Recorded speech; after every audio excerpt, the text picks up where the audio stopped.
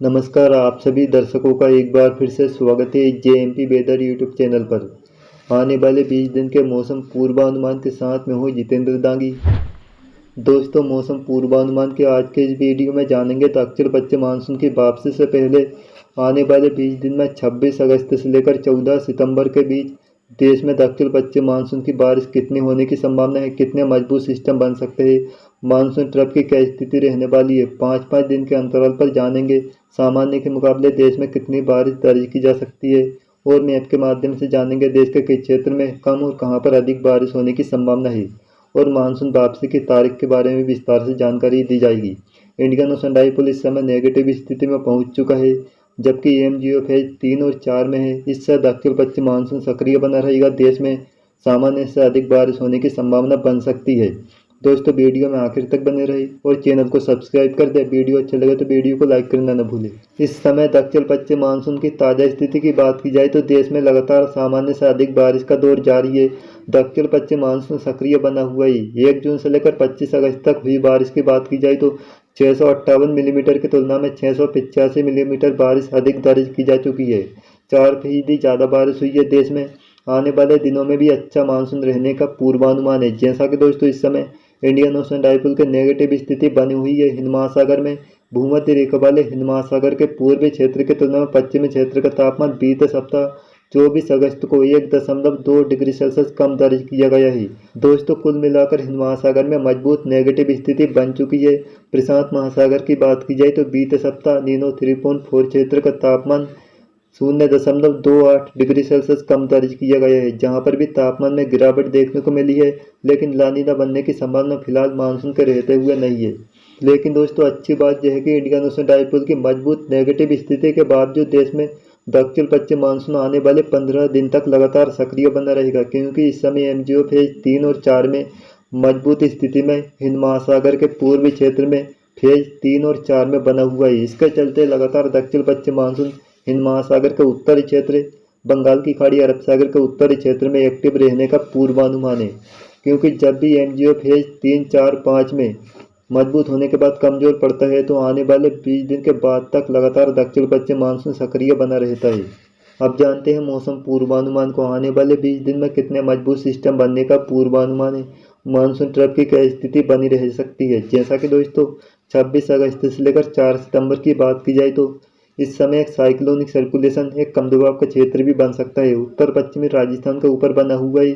26 से लेकर 28 अगस्त के आसपास लगातार पश्चिमी राजस्थान के आसपास बना रहेगा। एक डिप्रेशन, जैसा कि दोस्तों थाईलैंड के उत्तरी भाग, वियतनाम के आसपास बना हुआ है, जे उत्तर पश्चिम दिशा में आगे बढ़ते हुए म्यांमार के आसपास कमजोर पड़ सकता है।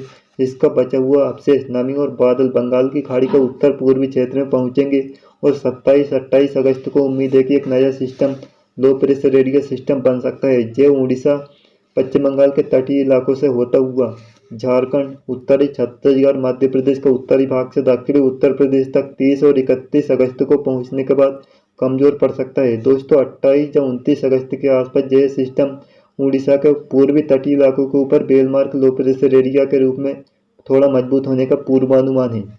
अगर मानसून ट्रफ की स्थिति की बात की जाए तो जैसा कि दोस्तों, इस समय बंगाल की खाड़ी के उत्तर पूर्वी क्षेत्र से उड़ीसा के उत्तरी भाग, झारखंड, उत्तर प्रदेश के दक्षिणी भाग से पंजाब, हरियाणा के दक्षिणी भाग तक बनी हुई है।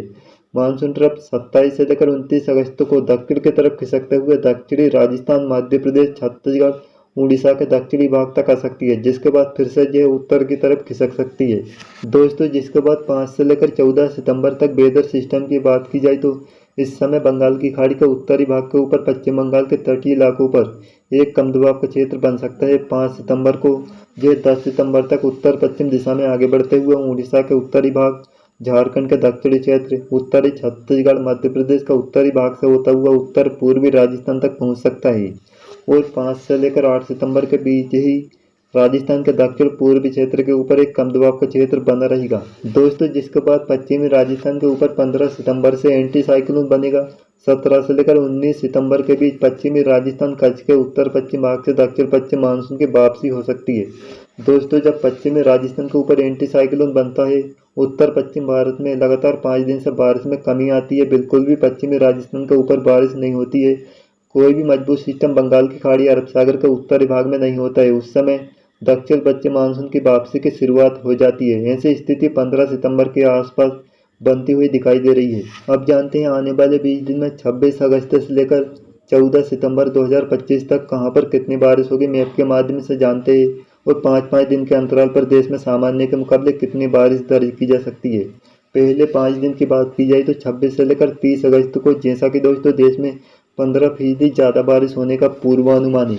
अगर मैप की बात की जाए तो जिसमें आप देख सकते हैं ग्रीन कलर में हल्की सा मध्यम बारिश है, जबकि येलो कलर ऑरेंज कलर में तेज बारिश है। जिसके बाद पिंक कलर और ब्लू कलर में देख सकते हैं बहुत भारी बारिश को दिखाया गया है। उत्तर पश्चिम भारत की बात की जाए तो जहां पर जम्मू कश्मीर, हिमाचल प्रदेश का दक्षिणी भाग, पंजाब, हरियाणा का पश्चिमी क्षेत्र, उत्तरी राजस्थान, दक्षिणी राजस्थान में अत्यंत भारी बारिश होगी।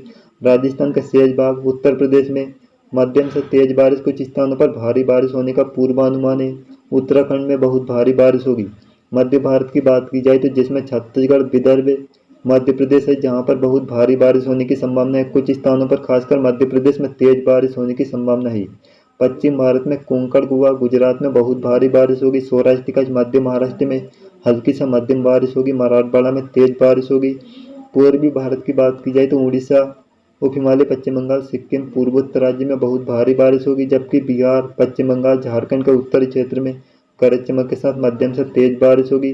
कर्नाटक के उत्तरी क्षेत्र, तेलंगाना, उत्तरी तटीय आंध्र प्रदेश का उत्तरी क्षेत्र, तटीय कर्नाटक, अंडमान निकोबार द्वीप समूह, लक्षद्वीप समूह में तेज बारिश, कुछ स्थानों पर भारी बारिश होगी। जिसके बाद के 5 दिन की बात की जाए तो 31 अगस्त से लेकर 4 सितंबर के बीच पूरे देश में सामान्य के मुकाबले 18% अधिक बारिश होने का पूर्वानुमान है। देश में दक्षिण पश्चिम मानसून सक्रिय बना रहेगा।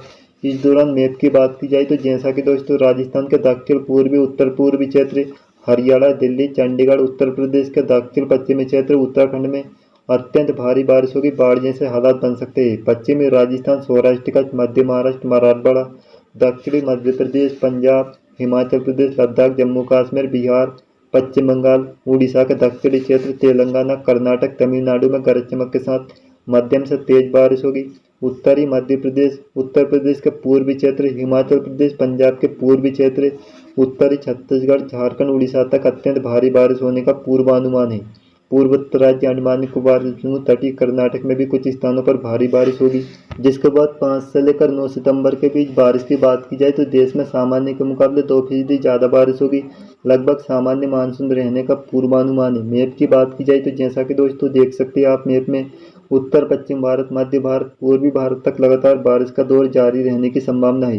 राजस्थान के दक्षिण पूर्वी क्षेत्र, पश्चिमी मध्य प्रदेश, गुजरात, सौराष्ट्र कच्छ के उत्तरी क्षेत्र, मध्य महाराष्ट्र के उत्तर पश्चिम भाग, छत्तीसगढ़, उड़ीसा, झारखंड, बिहार, उत्तर प्रदेश के तराई वाले क्षेत्र, उत्तराखंड, नेपाल, पूर्वोत्तर राज्य तक बहुत भारी बारिश होने की संभावना है।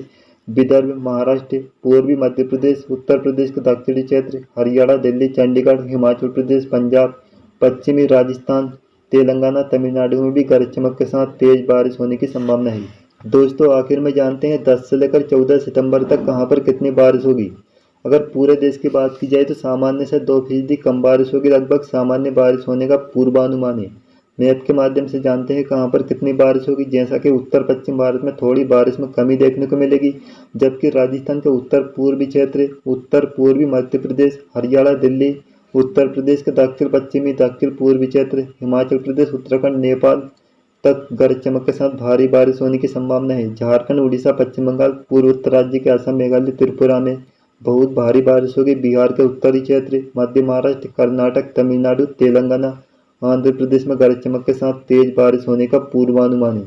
दोस्तों ये था आने वाले 20 दिन के मौसम पूर्वानुमान विश्लेषण का वीडियो। अगला मौसम पूर्वानुमान विश्लेषण का वीडियो 6 सितंबर 2025 को अपलोड किया जाएगा। इससे पहले 31 अगस्त 2025 को सितंबर और अक्टूबर महीने के लिए मौसम पूर्वानुमान का वीडियो अपलोड किया जाएगा। वह वीडियो देखना न भूले। हमें दीजिए इजाज़त। आप सभी का बहुत बहुत धन्यवाद।